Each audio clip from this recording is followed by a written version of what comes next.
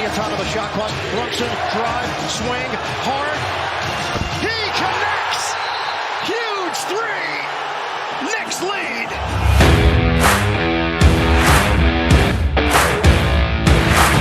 Go New York, go New York, go Kenny C.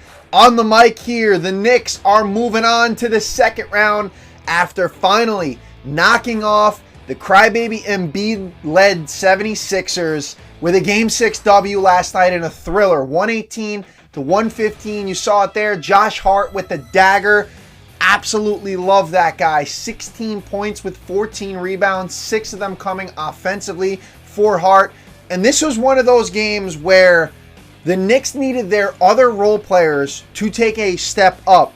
Aside from just Jalen Brunson being the only channel of scoring and offense, the Knicks needed one of their role-playing guys to step up. Josh Hart did it, and DiVincenzo did it as well. DiVincenzo finished with 23 buckets. And this was a game in which the Knicks got out to a hot start, a hot lead, 22-point lead in the first quarter. They had 33 points through 16 possessions. And this was where you were like, all right, the Knicks just have to maintain this and just continue to play hard. But they let their foot slip off the gas a bit. The Sixers started to get hot. Joel Embiid started to do his thing. And before you know it, this thing was tied. And then the Sixers had they led by as many as I think 10 points or so. And it ended up being a shootout. It ended up being a thriller. But the Knicks were able to stay resilient. They out-rebounded the Sixers in this one, 48-41. And they had more points in the paint, 42-34. This was basically all Joel Embiid for the offense. Kyle Lowry had a big donut. Tobias Harris had a big donut. Maxey had a terrible game. He finished with 17 points. The Knicks overall, though, contained him. And it came down to Embiid, and they were not able to get it done because of that. Their bench went off. Buddy Hield went off, 20 points. And Nicholas Batum had 16. That was pretty much where their offense was coming from. Embiid and Buddy Hield playing out of his mind, which I don't know where that came from. And ultimately, the Knicks were able to get the last laugh. A quick stat here. The Knicks were 38-0 this season when leading by at least 15 points. So the stats back it up that the Knicks at some point were going to come away with this victory. Jalen Brunson played out of his mind, 41 points, 12 assists, I believe. Second player in NBA history. Listen to this stat. Just the second player in NBA history and the first since Oscar Robertson did it in 1963 to have 3+ games with 35+ points, 10+ assists in a single series. Let that sink in and soak in. Jalen Brunson really is him. This guy is electric. He was clutch down in the clutch. He was clutch, and Josh Hart obviously with the big shot. And OG Anunoby with the dunk on Joel Embiid. That was the highlight of this game. That was electrifying. The Knicks get it done. Now they have to take on the Indiana Pacers, who finished their series against the Bucks yesterday as well. In that one, they're now going to have to face a familiar foe in Obi Toppin off the bench. Obi went off with 21 points and 8 rebounds for the Bucks yesterday. And TJ McConnell off the bench had a 20-point game and 9 assists, a career high for him.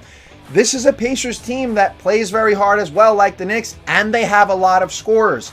Guys like, obviously, Tyrese Halliburton, Aaron Naismith, and Pascal Siakam. They have a lot of scorers, and their bench is a lot deeper than the Knicks. Guys like Shepherd and McDermott, Obi Toppin, McConnell, they're a lot deeper than the Knicks. In this game against the Sixers, the Knicks were outscored 42-5. Their bench was outscored 42-5.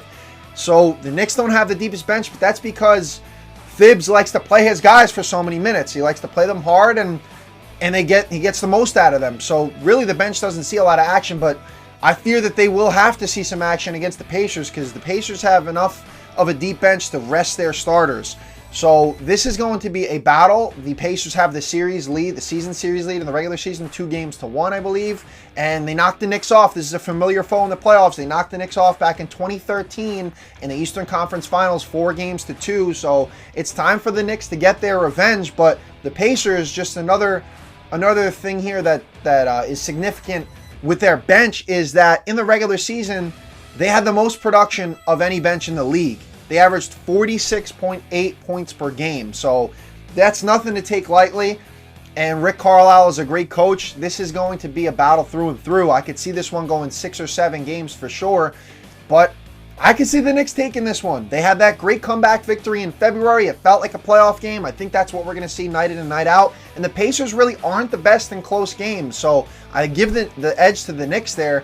I think it's going to be a true shootout. But like I said, similar to last night against the Sixers, the Knicks are going to have one of their role players step up in a guy like DiVincenzo or Hart and have a big game, because it can't just be the Jalen Brunson show throughout this next series, because the Pacers have plenty of scorers to match more than just Jalen Brunson being the lead scorer for the Knicks.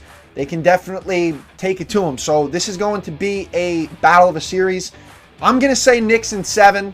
Go New York, go New York, go. Drop your comments in the comment section below.